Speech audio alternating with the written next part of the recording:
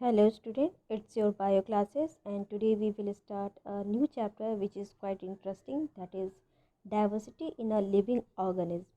So let's discuss the topic. Before starting the whole chapter, we have to know about the diversity, the word diversity. What do you mean by the word diversity? Diversity word का meaning होता है varieties, ठीक है, varieties in a living forms. जब हम living forms की बात करते हैं तो इसमें बहुत सारी वैरायटीज़ है। इन दैट सेंस आप कभी भी किसी भी ऑब्जेक्ट को देखोगे तो सारे ऑब्जेक्ट का शेप साइज सब चीज़ डिफर करता है। दैट मीन्स सारे ऑब्जेक्ट में और सब्सटेंसेस में काफ़ी वैरायटीज़ है और हम उसे एक वर्ड में कहते हैं डाइवर्सिटी। जब हम इसे लिविंग सिस्टम में बात करेंगे इसी चीज़ को, बायोलॉजिकल टर्म हम एक यूज़ करते हैं, that is called biodiversity. Bio means living things and diversity that means varieties. तो लिविंग थिंग्स में भी काफ़ी वैरायटीज़ है, जैसे प्लांट्स में बहुत वैरायटी है, एनिमल्स में बहुत वैरायटी है।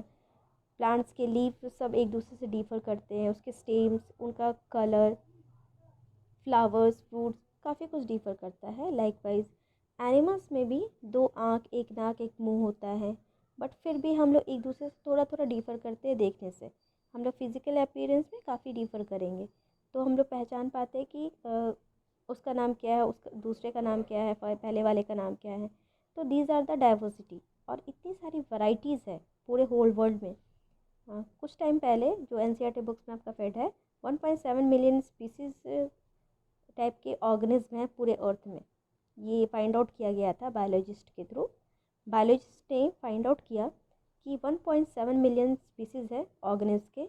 और जब हम इस ऑर्गेनिज्म की स्टडी करने बैठेंगे तो इतनी ज़्यादा वैरायटीज़ की स्टडी कर पाना अपने पूरे लाइफ टाइम में ये पॉसिबल नहीं होता है। तो क्यों ना एक ऐसा सिस्टम निकाला जाए कि जब हम इसे स्टडी करने बैठे तो हम इसे कैटेगराइज कर दें।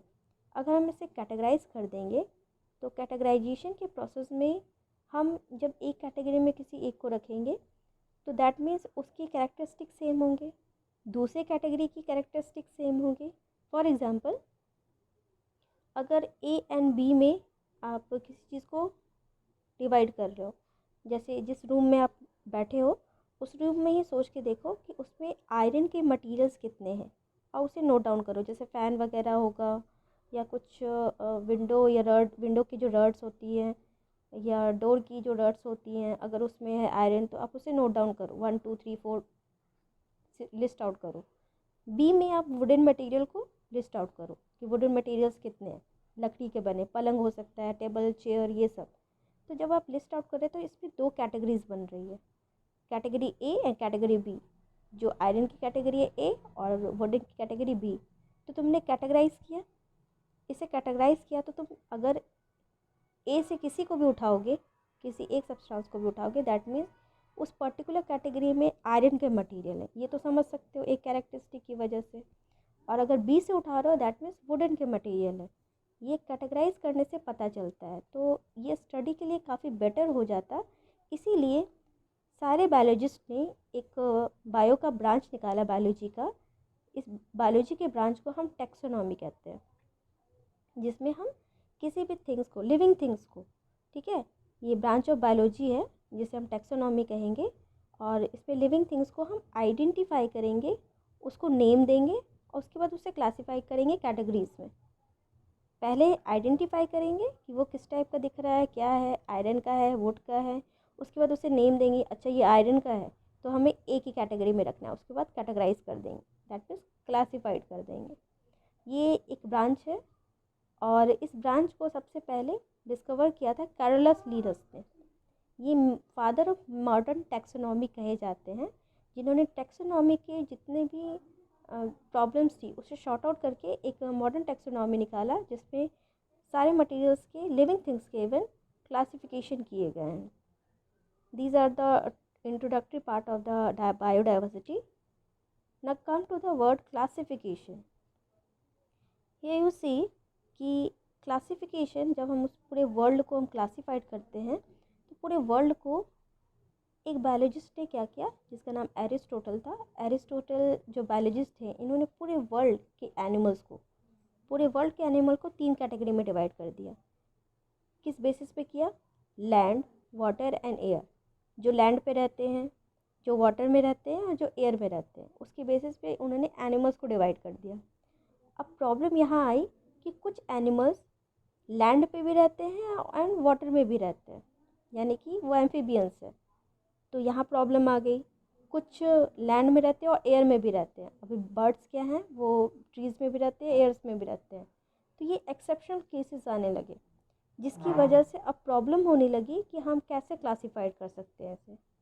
उसके बाद ये सिस्टम निकाला गया हिरार्कियल क्लासिफिकेशन। ये हिरार्कियल क्लासिफिकेशन क्या है, उसे जानने से पहले हम इस वर्ड को जानेंगे कि व्हाट इज़ क्लासिफिकेशन। क्लासिफिकेशन क्या है, ठीक है। सी किस बेसिस पे हम क्लासिफिकेशन करते हैं। The method of arranging organism in groups और a set on the basis of similarity at और डिफरेंसेस। सिमिलैरिटी और डिफरेंसेस के बेसिस पे जब हम बाइफर्केट करते हैं, बेसिस ऑफ क्लासिफिकेशन है ये, ठीक है। जब भी क्लासिफिकेशन करेंगे, बेसिस ऑफ क्लासिफिकेशन क्या होगा, सिमिलैरिटी एंड डिफरेंसेस। जैसे यहाँ पे एक डायग्राम दिख रहा होगा सबको। डायग्राम में फ्लावर बास्केट है, फ्रूट्स बास्केट है, और उसमें फ्रूट बास्केट में डिफरेंट टाइप्स ऑफ फ्रूट्स रखे हुए हैं। तो जब तुम इस फ्रूट्स को देखोगे, तो इस फ्रूट्स में देखो, इस फ्रूट बास्केट में बहुत सारे फ्रूट्स रखे हैं। तो जब तुम एप्पल एक उठा के रख रहे हो एक बास्केट में, तो तुम क्या देख रहे हो, उसका शेप साइज़, उसका कलर, मे बी वो लाइट ग्रीन हो या रेड हो, जिस भी कलर का, लेकिन शेप साइज़ देख रहे हो। तब तुम्हें पता चला अच्छा ये एप्पल है, तो तुमने एक बास्केट में इसे रख दिया, दैट इज़ बास्केट 1, ठीक है। उसके बाद जब तुमने ग्रैप्स उठाया, तो तुम्हें ये एप्पल की डिफरेंस में कुछ लगा, एप्पल बड़ा था और ग्रैप्स छोटे थे, तो तुमने इसे दूसरे बास्केट में रख दिया। तो ये कहीं ना कहीं डिफरेंट है। 1 की डिफरेंस में 2 आ रहा है, मतलब एप्पल के डिफरेंस में ग्रैप्स आ रहे हैं, ये डिफरेंट हो गए।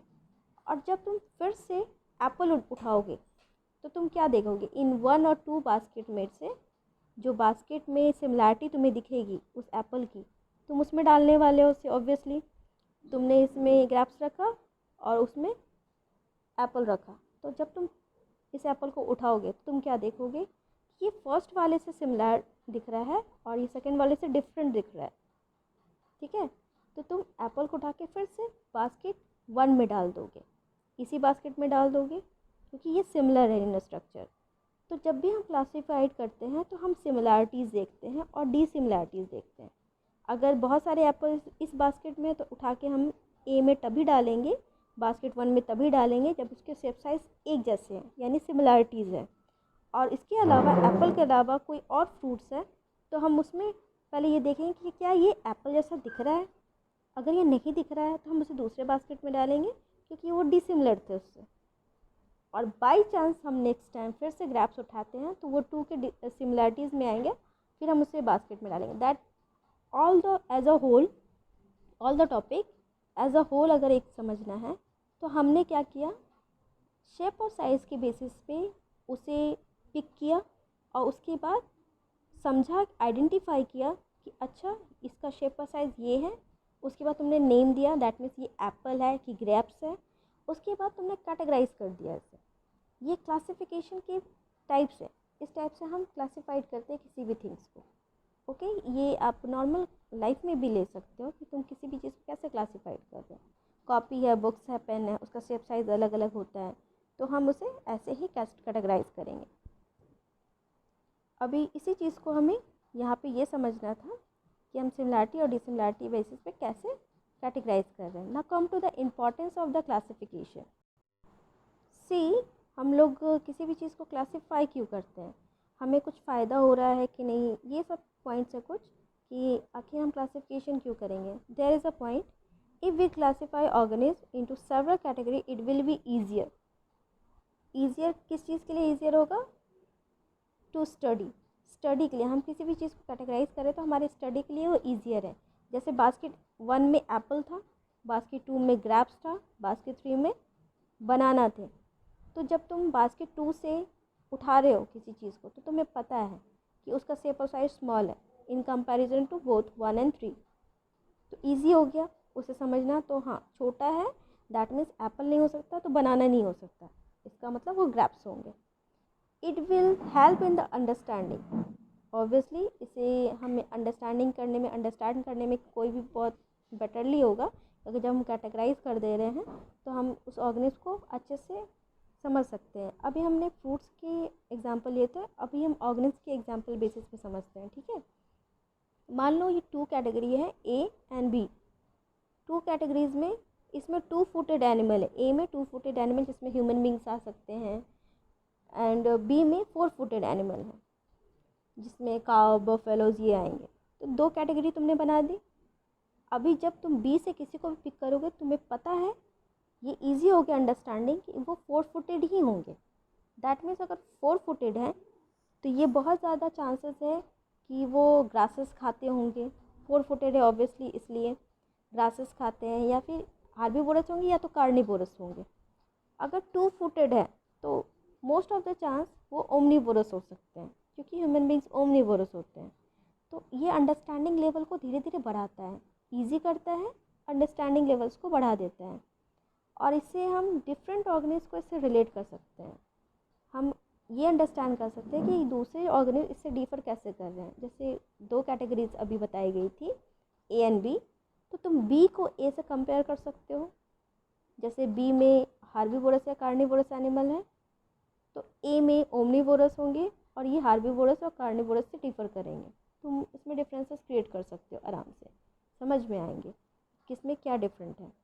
We can learn why different organism are found at district geographical condition.